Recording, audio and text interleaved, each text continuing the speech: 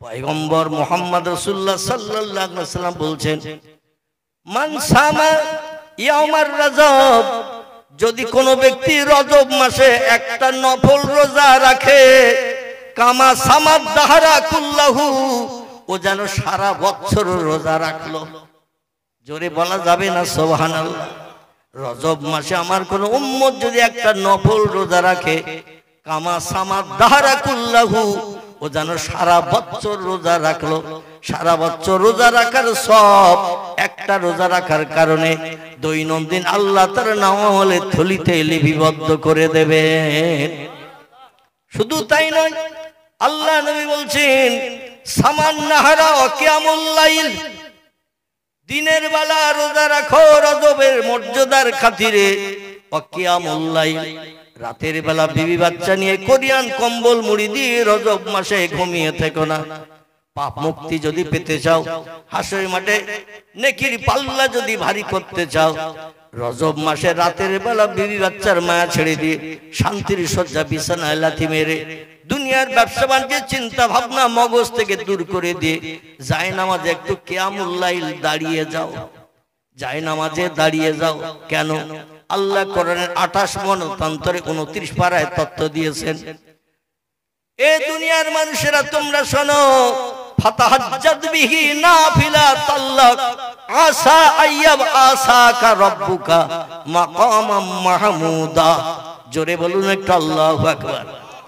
আল্লাহ বলছেন, আমি 5 ওয়াক্ত নামাজ ফরজ করেছি আমার দুনিয়ায় বাস করতে গেলে, আমার নেয়ামত খেতে গেলে, আমার অনুদান, বিবি বাচ্চা নিয়ে সংসার জীবনে সুখ ভোগ করতে গেলে 5 ওয়াক্ত নামাজ তোমাদের আদায় করতেই হবে। কারণ আমি আল্লাহ মালিক বানিয়েছে পৃথিবী, সুজলা সুফলা করেছি আমি, জমিন বানিয়েছি আমি চাষবাসের জন্য, ফসলের উৎপন্নের জন্য, সুন্দরী সুন্দরী নারী বানিয়েছি আমি জীবন যৌবনে ক্ষুধা নিবৃত্তির জন্য। আমার মাটি পড়িয়ে বিল্ডিং পালাখানা তৈরি করে আয়েশ আরামে ঘুমাচ্ছ, এই জন্য একটু খাজনা দিতে হবে, ট্যাক্স দিতে হবে। সেই জন্য দৈনন্দিন মুয়াজ্জিনের আযানের মর্যাদা দিয়ে 5 ওয়াক্ত নামাজ আদায় করতে হবে। এটা হলো আমার দুনিয়ায় বাস করার জন্য তোমার প্রতিদান। আর আমাকে যদি রাজি করতে চাও, আমাকে যদি খুশি করতে চাও, আমার আপন যদি হতে চাও, একটু বাড়তি নামাজ আদায় করতে হবে। কি করতে হবে? বাড়তি নামাজ আদায় করতে হবে। এই বাড়তি নামাজের নাম হলো ইশরাকের নামাজ, বাড়তি নামাজের নাম হলো চাশতের নামাজ, বাড়তি নামাজের নাম হলো আওয়াবিনের নামাজ, বাড়তি নামাজের নাম হলো তাহাজ্জুদ, ফাতাহাজ্জাদ বিহি।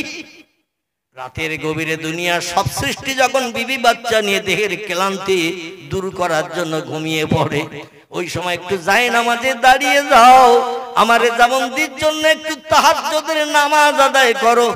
4 রাকাত মতান্তরে 6 রাকাত তোমরা তাহাজ্জুদের নামাজ পড়ো, নফল নামাজ পড়ো। এ রাতের ঘুম হারাম করে বিবি বাচ্চার মায়া ছেড়ে শান্তির শয্যা বিছানায় লাথি মেরে আমার জামন্দির জন্য, আমার সঙ্গে সম্পর্ক গাঢ়তর তৈরির জন্য ঘুমকে হারাম করে যে ব্যক্তি নামাজে দাঁড়িয়ে যায়, আমি আল্লাহ তারে আপন বানিয়ে নেই। জোরে বলুন একটু সুবহানাল্লাহ। নবী যেই জন্য বলছেন, মান কানা লিল্লাহ কানাল্লাহু লাহু, যে লোকটি আল্লাহর আপন হয়ে যায়, আল্লাহ তার আপন হয়ে যায়। আর একটু জোরে হবে না? যে ব্যক্তি মান কানা লিল্লাহ, যে লোকটি আল্লাহর আপন হয়ে যায়, কানাল্লাহু লাহু, আল্লাহ তার আপন হয়ে যায়। আর আল্লাহ যার আপন হয়ে যায়, বিপদে মুসিবতে, দুঃখে দুর্দশায়, অভাবের সমস্যায়, রোগে শোকে সাহায্যের জন্য মেম্বারের কাছে যেতে হবে তো নাকি? প্রধানের কাছে যেতে হবে তো নাকি? এমএলএর কাছে দরখাস্ত নিয়ে যেতে হবে তো নাকি? থানার ওসির কাছে যেতে হবে নাকি সমস্যা সমাধানের জন্য? আল্লাহ বলছেন, কারো কাছে যেতে হবে না, আমি তোমাদের জন্য এনাফ, আমি তোমাদের জন্য যথেষ্ট। আমি আল্লাহ তোমাদের জন্য একেবারে সব জায়গায় সাহায্যের জন্য আমার কুদরতি হাত লম্বা করে দিয়েছি। দুর্ভাগ্য আমাদের, সেই তাহাজ্জুদের নামাজ আমরা পড়েছি কেউ? আল্লাহ কোরআনের 28 মতান্তর 29 পারায় তত্ত্ব দিয়েছেন, ফাতাহাজ্জাদ বিহি নাফিলাতাল্লাহ। যদি লাভ পেতে চাও, তোমরা লাভবান যদি হতে চাও তাহাজ্জুদের নামাজ আদায় করো। ফজরের নামাজের পরে আছে ইশরাকের নামাজ, বেলা 10টার পরে আছে চাশতের নামাজ, সন্ধ্যার মগরিবের নামাজের পরে আছে আওয়াবিনের নামাজ, রাত্র দ্বীপ্রহরের পর থেকে নিয়ে ফজরের আজান ধ্বনির আগ পর্যন্ত এই নামাজটি হলো তাহাজ্জুদের নামাজ। দুনিয়ায় যত নবী এসেছে অধিকাংশ নবী তাহাজ্জুদের নামাজ পড়েছে। পৃথিবীতে যত ওলিয়া উলিয়া জন্মগ্রহণ করেছে, পিরানি পীর দস্তগীর মহিউদ্দিন আব্দুল কাদের জিলানী হুজুর থেকে নিয়ে বর্তমান কাল পর্যন্ত যত ওলিয়া উলিয়া গওস কুতুব নকিব আবদাল এই পৃথিবীতে জন্ম নিয়েছে, প্রত্যেকটি আল্লাহর ওলি বান্দারা রাতের ঘুম হারাম করে তাহাজ্জুদের নামাজ আদায় করে আল্লাহরে আপন বানিয়েছেন। আর আল্লাহর যারা আপন বানিয়েছেন তারা সাহায্য থানার ওসির কাছে চায় না, মেম্বারের কাছে চায় না, প্রধানের কাছে চায় না, এমএলএর কাছে যায় না, গ্রামের মোল্লার কাছে যায় না। কোন বিপদ মুসিবতে পড়লে সাহায্য চায় কার কাছে? আল্লাহর কাছে চায়। পৃথিবীতে যত পয়গম্বরের আগমন হয়েছে, পয়গম্বররা দিনের দাওয়াত দিতে যে বিপদে পড়েছে না পড়েনি? কথা বলে। পয়গম্বরেরা দিনের দাওয়াত দিতে যে মারধর, অত্যাচার, উৎপীড়ন, নির্যাতন পয়গম্বরদের সহ্য করতে হয়েছে না হয়নি? পয়গম্বরাই চরম বিপদে পড়ে বিপদের সময় যখন আর কোনো উপায় নাই সাহায্য চেয়েছে কার কাছে? আল্লাহ ফিরিয়ে দিয়েছে তো কোন পয়গম্বরকে আল্লাহ ফেরত দেননি। পয়গম্বরের দোসর হলো ওলি আউলিয়ার দল। এই ওলি আউলিয়ারা যখন বিপদে মুসিবতে সমস্যায় পড়েছে হাত পেতেছে কার কাছে? আল্লাহর কাছে। আল্লাহকে ওলি আউলিয়াদের অপমান করেছে? ওলি আউলিয়াদের আল্লাহ অপমান করেনি। আমরা তো আল্লাহরই চিনি না। আমাদের তো মেম্বার আছে, গ্রামের মোড়ল আছে, প্রধান আছে, এমএলএ আছে, এমপি আছে, প্রধানমন্ত্রী আছে, মুখ্যমন্ত্রী আছে, থানার ওসি আছে, অমুক তমুক আছে। কেন আল্লাহর কাছে হাত পাতবো? দুনিয়ার মানুষ মানুষের উপকার করতে সময় লাগে, কিন্তু আল্লাহর কোন বান্দার উপকার করতে সময় লাগে নাকি? কথা বলতে দেরি, আল্লাহর উপকার আসতে দেরি নাই। কথা বলতে দেরি, সাহায্য চাইতে দেরি, কিন্তু আল্লাহর রহমত আসতে 1 সেকেন্ডের জায়গায় 2 সেকেন্ড সময় লাগে না। জোরে বলুন একটু সুবহানাল্লাহ। আসুন একটু সামনের দিকে এগিয়ে যাই, তাহলে তত্ত্বটা বোঝার সুবিধা হবে। শেষ করে দেব, একটু বলতে হবে এখন। আমার ভাইরা, এই রজব মাসের পবিত্র রাত, সেই রাত্রির নাম হলো 26 তারিখের দিনগত রাত, লাইলাতুল মেরাজ। আরবি ভাষায় বলা হয়েছে, ফার্সি ভাষায় শবে মেরাজ বলা হয়েছে, বাংলা ভাষায় বলা হয়েছে ঊর্ধ্ব গগন ভ্রমণ। কি ভ্রমণ? ঊর্ধ্ব গগন ভ্রমণ। এটি আগামী সোমবার দিনগত রাত, বিশ্ব নবী লাইলাতুল মেরাজের রাত, মঙ্গলবারের দিন। এই জন্য 2টি নফল রোজা যদি রাখতে পারেন, আল্লাহ পাক 1 বছর রোজা রাখার সব আপনার নামামলে দান করে দেবেন। যদিও নবীজি 1টি রোজার কথা হাদিস শরীফে বলেছেন, কিন্তু ইহুদিরা কোনো ভালো ভালো পার্বণ আসলে, ভালো ভালো দিন আসলে ইহুদিরা 1টা করে রোজা রাখতো। নবী বললেন, ইহুদি এবং খ্রিস্টানেরা আমাদের শত্রু, ওয়ালা তাত্তাখিজুল আউলিয়া ইয়াহুদান নাসারা। নবী বলছেন, ও আমার উম্মতেরা তোমরা শোনো, ওয়ালা তাত্তাখিজুল আউলিয়া, ওদের সঙ্গে যে কোনোদিন দোস্তি করবে না, ওদের সঙ্গে বন্ধুত্ব করবে না, ওদের যেন কোনোদিন আপন ভাববে না। 2টি জাতিকে আপন যেন জীবনে ভাববে না, কারণ ওরা হলো তোমাদের চিরশত্রু, চির দুশমন। তারা হলো ইহুদি এবং খ্রিস্টান। কথাটা সত্য, কোরআনের কথা না মিথ্যা?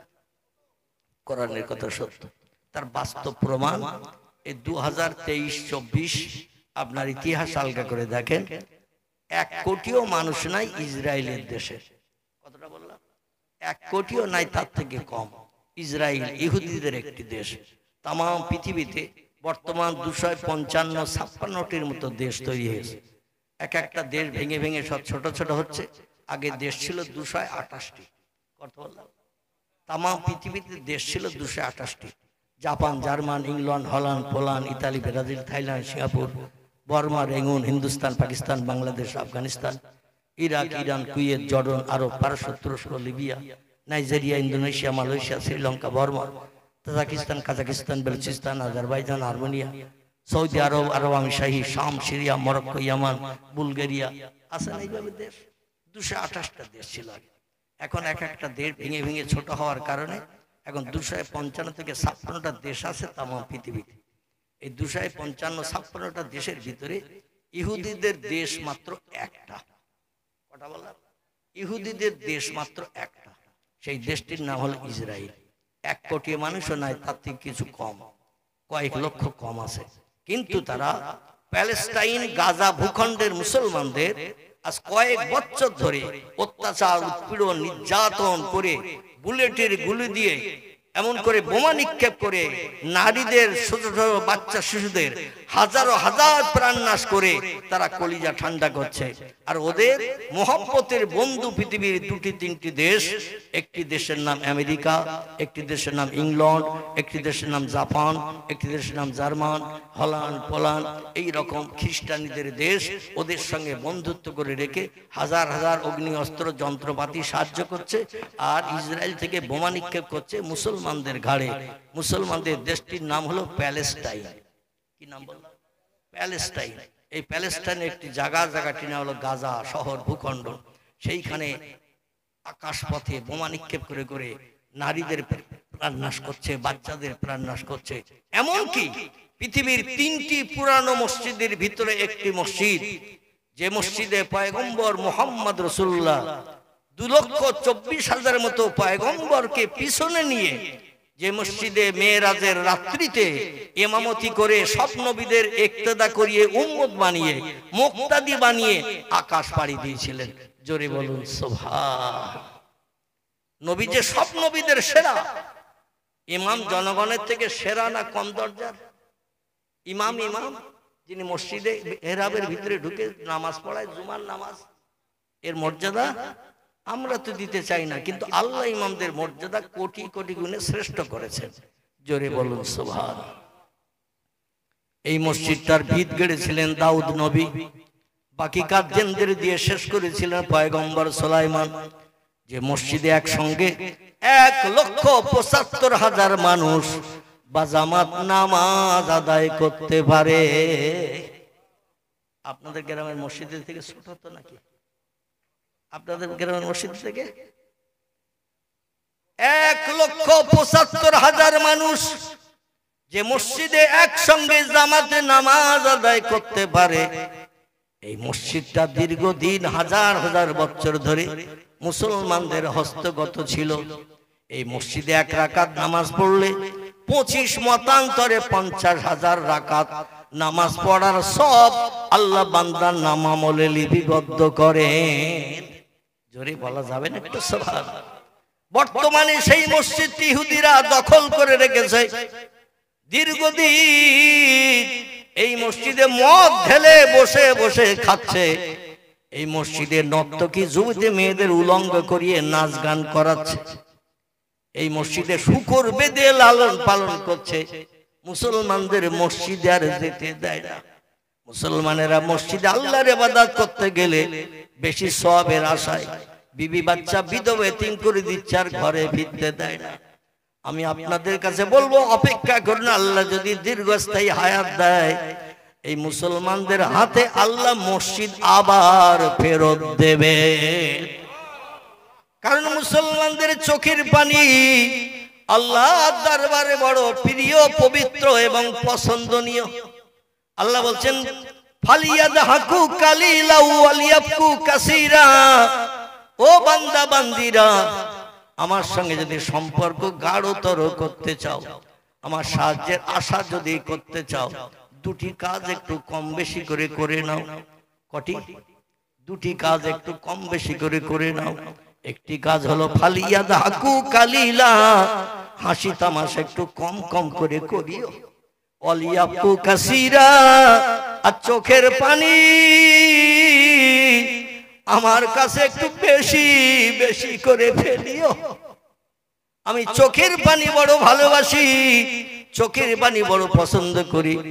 বান্দাদের হাসি ঠাট্টা গল্প গুজব আমি আল্লাহ পছন্দ করি না। নবী বলছেন দুনিয়া হলো কান্নার জায়গা, হাসির জায়গা হলো আল্লাহর জান্নাত। জোরে বলা যাবে না সুবহানাল্লাহ। পয়গম্বর বলছেন দুনিয়া হলো কান্নার জায়গা আর হাসির জায়গা হলো আল্লাহর জান্নাত। জান্নাতি যারা হবে কোনদিন তারা কি মুখ কালো করে বসে থাকবে? কি কথা বলে? তাদের কি অভাব থাকবে? কোন রোগ বেমারি হবে? কোন জিনিসের অসুবিধা হবে? যেটা মনে মনে ধারণা করবে চাইতে হবে না।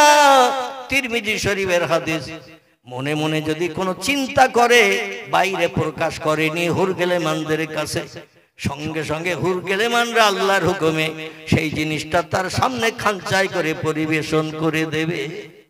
জান্নাতের ভিতরে কোনো দুঃখ নাই, অভাব নাই, রোগ নাই, শোক নাই, কোনো সমস্যা নাই, অসুবিধা নাই, চিরস্থায়ী চিরঞ্জীবী। আল্লাহ নবী বলছেন জান্নাত হলো হাসির জায়গা, সেখানে হাসবে, আনন্দ করবে, ফুর্তি করবে। কারণ এক একটা পুরুষ যুবককে জান্নাতের ভিতরে তোয়াজ খাতিরের জন্য আল্লাহ 70টা করে 18 বছরে যুবতী সুন্দরী হুরগেলেমান বরাদ্দ করে দেবে।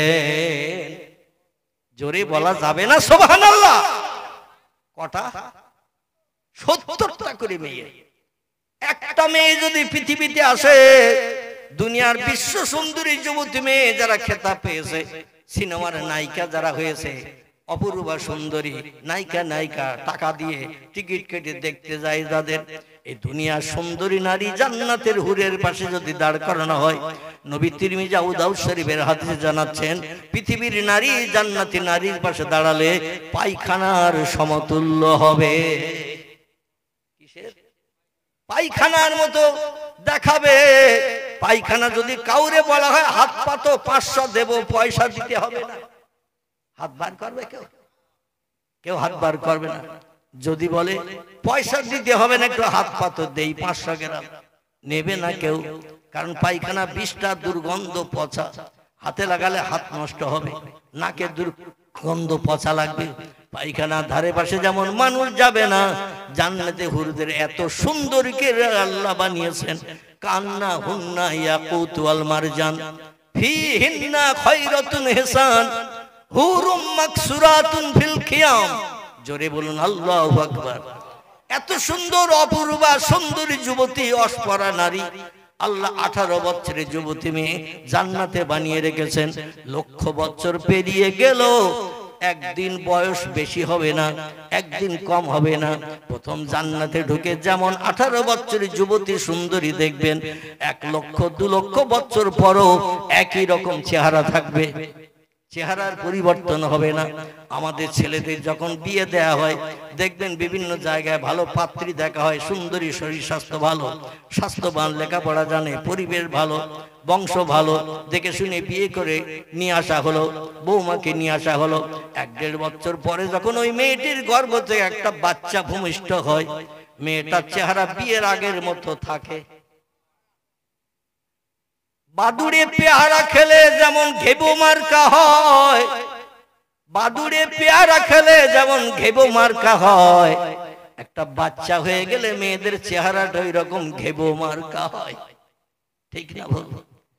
জান্নাতের ভিতরে নারী পুরুষ জান্নাতে হুরগেলেমান, আর দুনিয়ার যুবক পুরুষেরা এদের বয়স করা হবে 24 বছরের।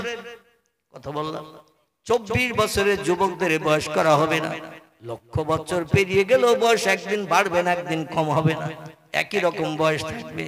আমার ভাইরা, এই যুবতী সুন্দরী হুরেরা 70টা করে এক একটা পুরুষের সেবা যত্নের দায়িত্ব পালন করবে। জোরে বলুন একটু সুবহানাল্লাহ। আচ্ছা, আমরা তাদের নিয়ে জান্নাতে থাকবো না, ঝগড়া হবে? কথা বলে আমার বাবাজি বলছেন ঝগড়া হবে না। কসম বিল্লাহ, কথাটাই বাস্তব সত্য। দুনিয়ায় কোন লোকের যদি 4টে বউ থাকে, শরীয়তের বিধান আছে, ফানকিহু মা তাবা লাকুম মিনান নিসা মাসনা সুলাসা ওয়া রুবা। আল্লাহ বলেন একসঙ্গে 4টে নারীকে বিয়ে করে স্ত্রী বানিয়ে রাখতে পারো, আমি আল্লাহ তোমাদের জন্য বৈধ করেছি। তবে ফাইন খিফতুম, যদি তোমাদের ভয় হয়, যদি তোমাদের চিন্তা হয়, আল্লাহ তাআদেলু, সব স্ত্রীর সঙ্গে ব্যবহার সমান করতে পারবে না। কাউরে কাছে টানবে, কাউরে দূরে ঠেলে দেবে। কারো জন্য বাজার থেকে ভালো মিষ্টি আনবে, কারো নসিবে পেসপুরিলেও জুটবে না। কাউকে বেনারসি সাউথ ইন্ডিয়ান স্বর্ণ কাতান শাড়ি এনে দেবে, আবার কারো নসিবে বিধবার শাড়ি সাদা খোল লাল পাড় জুটবে না। এমন ব্যবহারটা যদি তুমি দুনিয়ায় করো, কবরে আসলেই তোমারে গাপ কোটা করা হবে। কি কোটা? গাপ কোটা করা হবে। গম পেশাই করে আটা বানানো হয়, কবরে আসলে ওই অবস্থা করা হবে। বিয়ে করো, 4টি আপত্তি নাই, তবে সব বিবির সঙ্গে ব্যবহার সমান করতে হবে। কাউকে কাছে টানবে, কাউরে দূরে ফেলে রেখে দেবে। এটা করলে কিন্তু কবরে আসলে অ্যাকশন শুরু হয়ে যাবে। দুনিয়ায় যাদের 3টে 4টে স্ত্রী আছে, ও লোকটা চার দোকানে রাত 11টা বেজে গেল, দেখবেন বাড়ি আসে না। ঠিক বললাম না ভুল বললাম? চার দোকান থেকে রাত 11টা বেজে গেছে, বাড়ি আসে না। দোকানদার আব্দুর রহিম চাচা বলছে, খরিদ্দার টরিদ্দার নাই, আর কত সময় ঘুম কামাই করে বসে থাক, চল বাড়ি যাই। বলে চাচা বাড়ি যেতে হয়, তুমি যাও, আমি তোমার চার দোকানের বেঞ্চিতে ঘুমাবো। বলছে এখানে তো মশার উপদ্রব, মৌপোকার মতো তোরে সেকে ধরবে। বলে মশার কামড় খাওয়া ভালো, কিন্তু বাড়ি যাওয়া ভালো না। মশার কামড় খাওয়া ভালো, কিন্তু বাড়ি যাওয়া ভালো না। বলে এক বলতে তোর 4টে বউ আর আমাদের একটা, তাই বাড়ি না গেলে মন আনচান করে, কখন বাড়ি যাব, খোকার মার চেহারা দেখবো, কলিজা ঠান্ডা করবো। আর তোর 4টে বউ, তুই কেন বাড়ি যাবি না? বলে আমি বাড়ি গেলে কিন্তু কারবালা শুরু হয়ে যাবে। কারণ 4টে বউ অপেক্ষায় রয়েছে দরজার পাশে দাঁড়িয়ে। এ বলবে আমার দিকে এসো, বলবে আমার দিকে আসবো, আমার দিকে এসো। ঘর একটা, বেশি ঘর নাই, কেউ খাটে থাকে, কেউ নিচে থাকে। যেই ঘরে ঢুকবো, খাটেরটা 1 হাত ধরবে, নিচেরটা আর 1 হাত ধরবে, আর দুটো দাঁড়িয়ে দাঁড়িয়ে দেখবে। শেষ পর্যন্ত বলবো তোরা ভাগাভাগি করে কাঁঠাল গাছের মতো ফেরিয়ে নে, তাছাড়া তো আর উপায় নাই। বিয়ে করা একাধিক ভালো, কিন্তু সবার সঙ্গে ব্যবহার সমান না করলে বিপদ আছে। আল্লাহ বলছেন ফাইন খিফতুম, যদি তোমাদের ভয় হয়, যদি তোমাদের চিন্তা হয়, আল্লাহ তাআদেলু, সবার সঙ্গে ব্যবহার সমান করতে পারবে না। ফাওয়াহিদাতান, তাহলে একটা স্ত্রী তোমাদের জন্য যথেষ্ট, বেশি বিয়ে যেন করো না। এই কথাটা কোনো মৌলভী সাহেব বলে না। মৌলভী সাহেব শুধু বলে আল্লাহ 4টে বিয়ে করার অনুমতি দিয়েছে, কিন্তু আয়াতের শেষে আল্লাহ বলছেন ফাইন খিফতুম, যদি তোমাদের ভয় হয়, যদি তোমাদের চিন্তা হয়, আল্লাহ তাআদেলু, সব স্ত্রীর সঙ্গে ব্যবহার সমান করতে পারবে না। নতুনটার কদর করবে, মহব্বত করবে, আর পুরনোটার দিকে একবার ফিরেও তাকাবে না। টাইফয়েড জ্বর হলো হেতুরে ডাক্তার খবর পায় না, আর নতুন পর একটু গা গরম হয়েছে, এমবিবিএস ডাক্তার এসে ট্রিটমেন্ট করছে। ঠিক বললাম না ভুল? আপনাদের ভেবিয়া কোনানগর এলাকায় এরকম হয় না। এখানকার লোকের নামে বদনাম দেব না, কারণ কালি আমার আবার এই পথ দিয়ে যেতে হবে। জয়নগর কথা বললাম, জয়নগর যেতে হবে, দক্ষিণ 24 পরগনা জয়নগর। এই আপনাদের এই মোড় দিয়ে যেতে হবে। শেষ পর্যন্ত আবার স্লোগান দেবে, হয়তো হুজুর আসতেছে, ধর কত কষে দেই, মিলাদ করা 7 মিটি দেই। ঠিক না বল? কিন্তু আল্লাহর কোরআনের কথা বলছি ভাই, জান্নাতের ভিতরে, পৃথিবীর নারীদের ভিতরে আত্মহংকার বেশি বেশি বেশি। মেয়েরা হলো বেকা হাড়ের তৈরি। কিসের? মেয়েরা হলো বেকা হাড়ের তৈরি। পুরুষদের এই বাম পাজরে একটা হাড় বার করে নিয়ে আল্লাহ নারী জাতি বানিয়েছিলেন, ছেলেদের থেকে মেয়েদের একটা হাড় বেশি। আল্লাহ কোমরের মেরুদণ্ডের হাড় সোজা না বেকা? কথা বলেন। হাতের পোষা থেকে কনুই পর্যন্ত বেকা না সোজা? কনুই থেকে কাপ পর্যন্ত হাড় বেকা না সোজা? পায়ের এই হাঁটু থেকে নিয়ে পায়ের গোস পর্যন্ত বেকা না সোজা? হাঁটুর থেকে কোমর পর্যন্ত হাড় বেকা না সোজা? মেরুদণ্ডের হাড় বেকা না সোজা? সব সোজা। কিন্তু আল্লাহ খুঁজে খুঁজে জিবরিলকে বললেন একটা বেকা হাড় বার করো। তাই দিয়ে কোন শব্দ ব্যবহার করে একটা নারী বানাবো আদমের মনের সুখ দিকে। আর হযরত জিবরিল আমিন সোজা হাড় দিয়ে যদি নারীদের বানাতো, কোনোদিন সংসারে অশান্তি, ঝগড়া ঝামালি, গন্ডগোল হতো না। ওরা বেকা হাড়ে তৈরি বলে ওরা সবসময় বেকা বেকা চলে।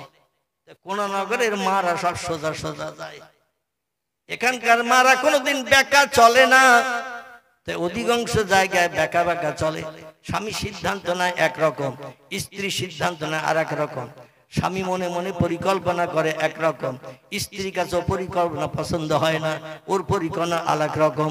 স্বামী খেতে চাবে একরকম, স্ত্রী চিন্তা ভাবনা করে আর এক রকম খাবো। এই জন্য সব সময় মতদ্বন্দ্ব। এই মতদ্বন্দ্বকে ধৈর্য ধরে সবর করে যে বান্দা মানিয়ে নিয়ে সংসার চালাবে, আল্লাহ পাক তার জন্য রেখেছে অঢেল শান্তির জান্নাত। জোরে বলুন সুবহানাল্লাহ। আমার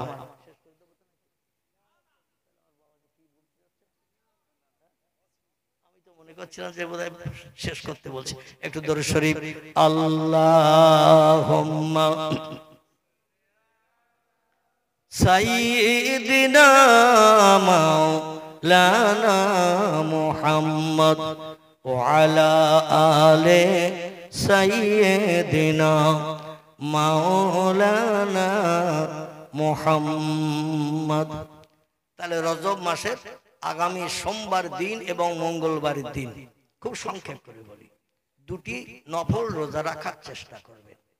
এবং সোমবারের দিনগত রাত পয়গম্বর মুহাম্মদ রাসূলুল্লাহর মেরাজের রাত, আল্লাহ রসুলের ঊর্ধ্ব গগন ভ্রমণের রাত। নবীজি সাল্লাল্লাহু আলাইহি সাল্লামের জীবনে সরাসরি আল্লাহর সঙ্গে দিদার দর্শন হয়েছিল জীবনে 53 বছর বয়সে। কত বললাম? 53 বছর বয়সে পয়গম্বরের যখন জীবনী চলছে মক্কা নগরীতে, মদিনায় নয়, মক্কা নগরীতে। রসুলের বয়স তখন 53।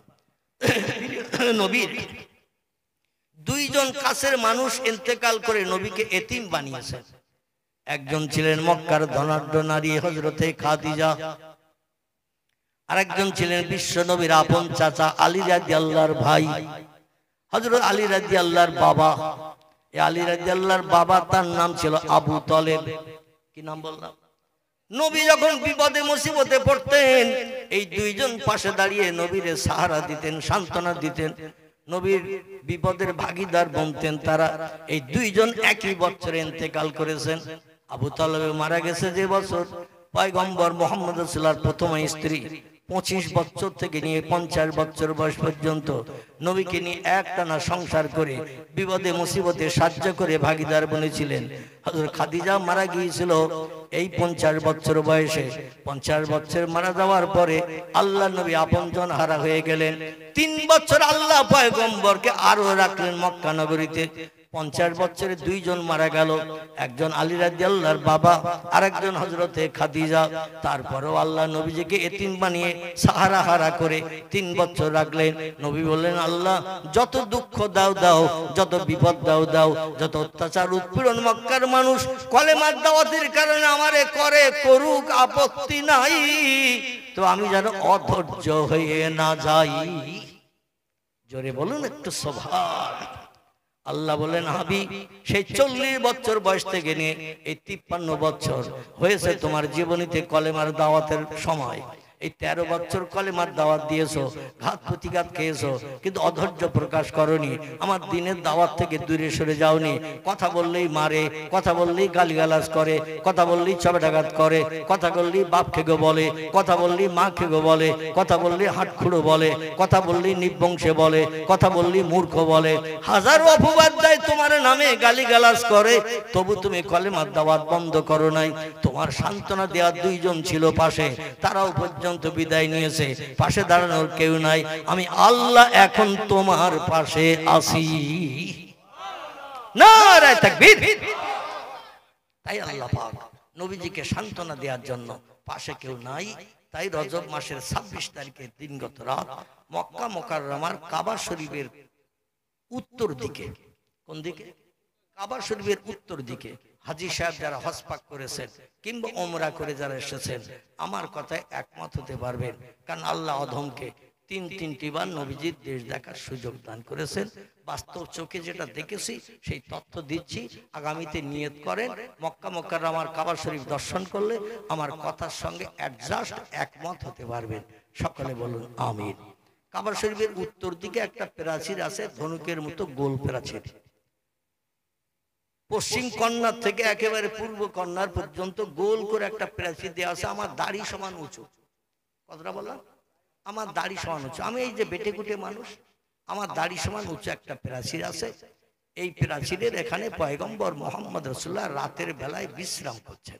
কারণ মক্কাবাসীরা খোঁজ নিচ্ছে, খবর নিচ্ছে, দিনের বেলা তো মোহাম্মদরে মারা যায় না, দিনের বেলা মারতে গেলে ওর মুক্তার দানার মতো চকচকে মুচকি হাসি দাঁত আর মিষ্টি মিষ্টি কথা শুনলে আমাদের গরম পানি হয়ে যায়। আর মনের ভিতরে গরম না থাকলে শত্রুরে অ্যাকশন করা যায় না। কথাটা ঠিক না? গরম যত বেশি হবে অ্যাকশন তত বেশি হবে, আর গরম যত ঠান্ডা হবে মার তত কম হবে। এই জন্য ওরা বলে দিনের বেলা মোহাম্মদরে মারতে যাওয়া যাবে না, মারতে গেলে মুচকি মুচকি হাসে, সাধু ভাষায় ভালো ভালো কথা বলে, মনের গরম মিটে যায়। মারতে উদ্যত হয়ে গেছি, শান্ত হয়ে মাথা নিচু করে বাড়ি ফিরতে হয়েছে। এই জন্য দিনের বেলার মারতে যাব না, কলেমার দাওয়াত বন্ধ করব, লা তজ্জাহ বলতে বল মান্নাতের উপাসনা আমরা করব, যাতে কেউ বাধা দিতে না পারে। এই জন্য মোহাম্মদ রাতের বেলা কোথায় থাকে খোঁজ নাও। রাতের আধারে মোহাম্মদের চাঁদ মুখ দেখা যাবে না, মুস্কি হাসি দেখা যাবে না, মিষ্টি মিষ্টি কথা শুনতে হবে না। যে গরম নিয়ে যাব ওই গরমই আঘাত করব। রাতের বেলা কোথায় থাকে খোঁজ নাও। আল্লাহ ডেকে বলি যাবিয়া জিবরিল ইলা রাসূলিহি, আমার ফেরেশতা জিবরিল আমার পয়গম্বরের মক্কার মানুষ যদি দুনিয়া থেকে বিদায় করে দেয়, কিয়ামত পর্যন্ত ইসলাম দুনিয়ায় টিকবে না, থাকবে না। এই পয়গম্বরকে আমি আল্লাহ পাক কিয়ামত পর্যন্ত দুনিয়া ইসলাম রাখার জন্য আরো কিছুদিন পয়গম্বরকে বাঁচিয়ে রাখবো। জোরে বলুন একটু সুবহানাল্লাহ।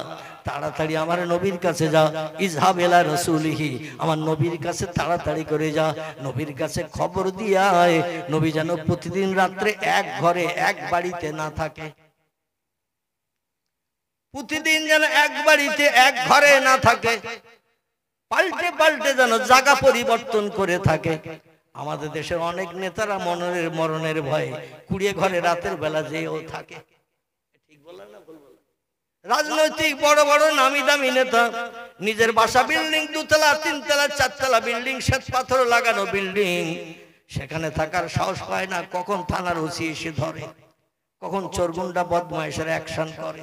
এই জন্য জায়গা পরিবর্তন করে করে এই যুগেও থাকে মরণের ভয়ে ভীত সন্ত্রস্ত হয়ে। নবী মুহাম্মদ রাসূলুল্লাহকে জিবরিল আমিন খবর দিলেন জায়গা পাল্টে পাল্টে থাকবেন, আর কখন আপনি কোন জায়গায় রাত্রিতে থাকবেন কারো কাছে বলবেন না, সন্তর্পণে গোপনে আপনি জায়গায় চলে যাবেন, কেউ যেন দেখতে না পায়। রাসূল তাই সেদিন কাবার চাতলে রাতের বেলা বিশ্রাম করছে, মক্কার মানুষ যাতে বুঝতে না পারে ঘর বাড়ি ছেড়ে মোহাম্মদ ফাঁকা জায়গায় কোনোদিন থাকতে পারে না। আল্লাহর পয়গম্বর ওই হাতিমে কাবা যারে বলা হয়, হাতিম হাতিম এই উঁচু প্রাচীরটাকে হাতিম বলা হয়। যখন কোনো মানুষের লাশ আনা হয় ফরজ নামাজের সময়, ওই হাতিমের ভিতরে লাশগুলো রাখা হয়। আর যখন ফরজ নামাজ হয়ে যায় ওই লাশগুলো বার করে কাবার দরজার সামনে রাখা হয়। আর ইমাম সাহেব লক্ষ লক্ষ মানুষকে নিয়ে জানাজা নামাজ পাঠ করিয়ে মক্কার জান্নাতুল মুআল্লার কবরস্থানে দাফন করেন। জোরে বলুন একটু সুবহানাল্লাহ। তাদেরই তকদির সুপ্রসন্ন, লক্ষ লক্ষ মানুষের জানাজা যার নসিবে জুটবে। নবী বলছেন আমার হাতে গড়া দুটি কবরস্থানে আমার কোন উম্মত কিয়ামত পর্যন্ত যদি কবরস্থ হওয়ার সুযোগ পায়, আল্লাহ তাদের কবরে আযাব দেবে না, তাদের কবরে আযাব হবে না।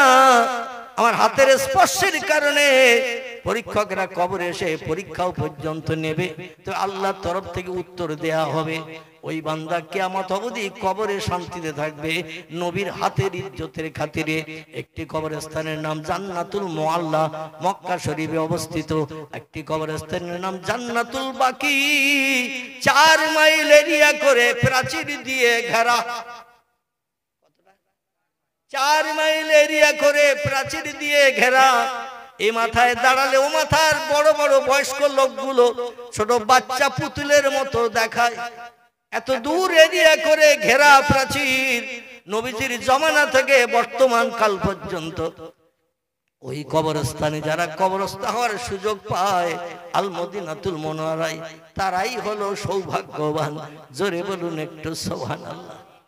মদিনা শরীফে গেলে দেখতে পাওয়া যায় কিছু মানুষ রওজার গ্রিল ধরে চোখের পানিতে বুক ভাসিয়ে, দাড়ি ভাসিয়ে, জামা ভাসিয়ে কাঁদছে আর বলছে আল্লাহ আর 3টে দিন বাকি, মদিনা এয়ারপোর্টে যেয়ে প্লেন ধরে দমদম এয়ারপোর্টে নামবো, আপনজন আমারে নিতে আসবে, গলায় ফুলের মালা দেবে, হাজী সাহেবের সার্টিফিকেট দেবে, পাড়ার মানুষ হাজী সাহেব বলে আমারে ডাকবে, আল্লাহ যেন আর 3টে দিন বাকি, কোনো অসুবিধা না হয়।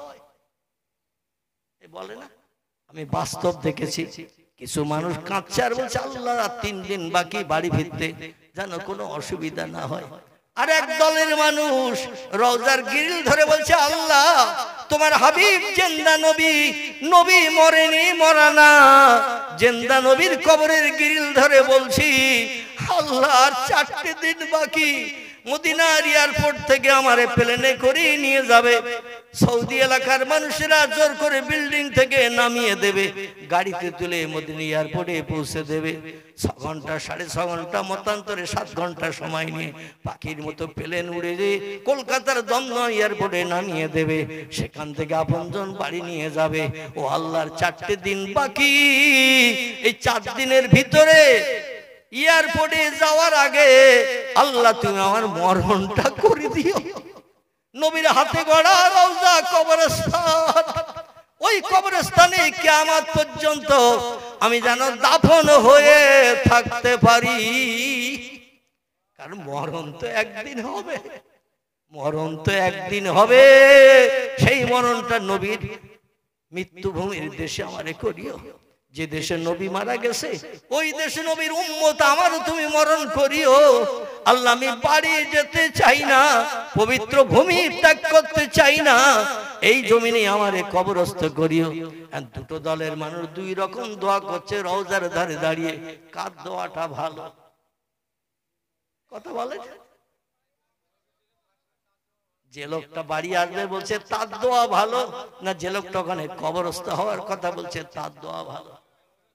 আলহামদুলিল্লাহ, কারণ বাড়ি আসলেও তো মরণ হবে, বাড়ি আসলে বাঁশ বাগানের ভিতরে, বাবলা বাগানের ধারে, খালের পাশে কবর হবে। আর মদিনার কবরস্থানে কবর হওয়াটা উত্তম না অনুত্তম? উত্তম। আল্লাহ নবী বলছেন হাসরের মাঠে মদিনার জান্নাতুল বাকির কবরস্থ ব্যক্তিরা যতদিন কিয়ামত না হবে ততদিন কবরস্থানে স্বস্তিতে শান্তিতে থাকবে।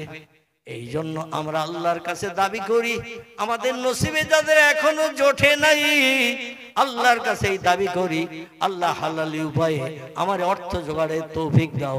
ফরজ হজ যদি করতে না পারি অন্তত উমরা করার মতো টাকা দিয়ে তোমার নবীর রওজা মোবারকটা অন্তত চোখে না দেখিয়ে কবরে নিয়েও না, তোমার নবীর কবরটা দেখিও, নবী যেখানে কবরস্থ আছে সেই দেশে আমারে কবরস্থ করিও।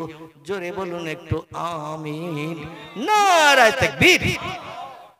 আর না, অনেক লম্বা হয়ে গেছে, 11টার উপরে হয়ে গেছে। আল্লাহ সময় সুযোগ দিলে আবার কথা বলবো। আপনারা কম বেশি জানেন আমি 3 বছর অসুস্থ ছিলাম। ক বছর বললাম?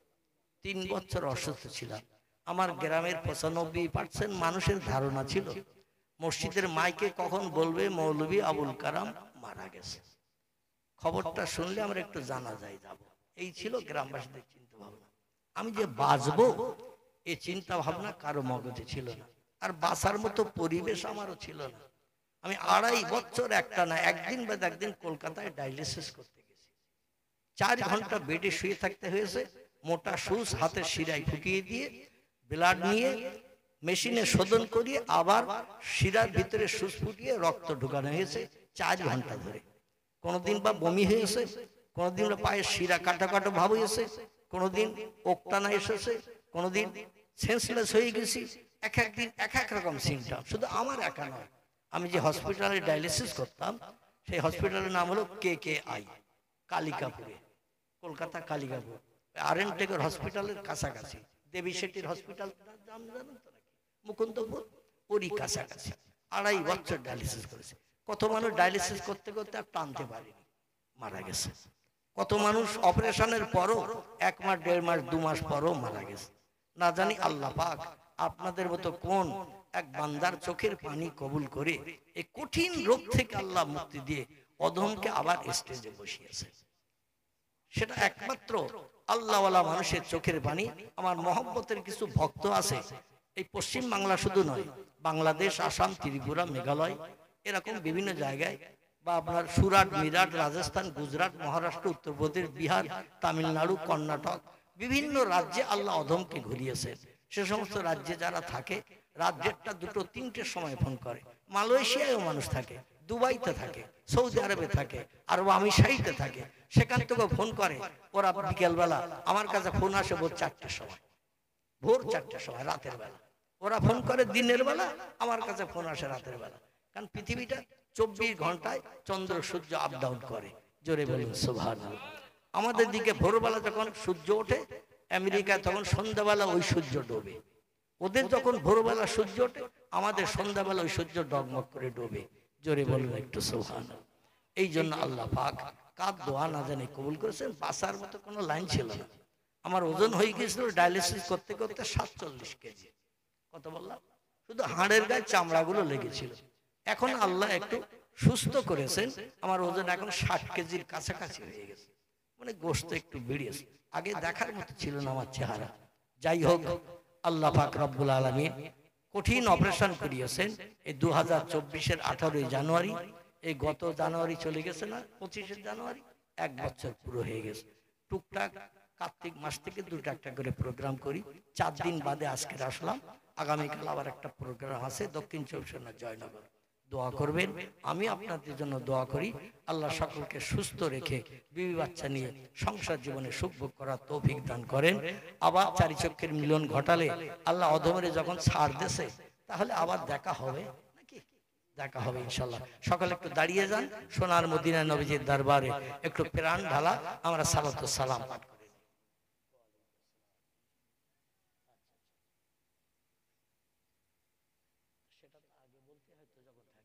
এখন আর কি হবে, একটু দাঁড়িয়ে যান। ইয়া নবী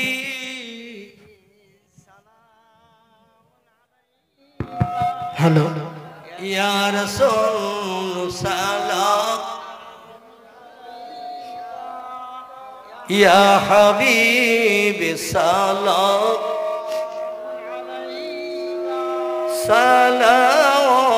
সালাওয়াতুল্লাহ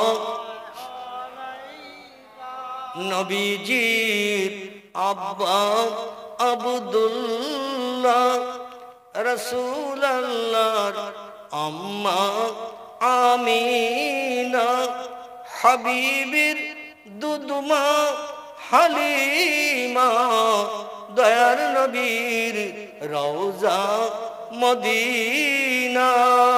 ইয়া নবী সাল্লাল্লাহু, ইয়া রাসূল সালাম, ইয়া হাবিব সালাম, সালাওয়াতুল্লাহ। বাগে ইব্রাহিম কে গুলহিন মালায়েক जिसके बुलबुल आप हैं जाती तवक्कुल, सलावतुल्लाह अलैका या नबी सलाम, या रसूल सलाम, या हबीब सलाम, सलावतुल्लाह। নবী না হয়ে দুনিয়ায়, না হয়ে ফেরেশতা ও খোদার হয়েছি উম্মত আপনার, তার তরে সালাম লাখো বার। ইয়া নবী সালাম আলাইকা, ইয়া রাসূল সালাম, ইয়া হাবিব সালাম, সালাওয়াতুল্লাহ আলাইকা। সকলে বসে পড়েন। ইয়া রাব্বি সাল্লি ওয়া সাল্লাম।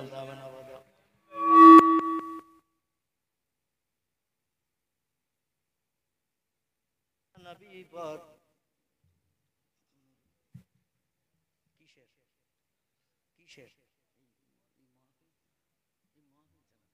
এগুলো আগে বলতে হয় তো। আমি বসে থাকলাম, ছেলেরা কিচ্ছু বললো না আমার সঙ্গে। আমার ভাই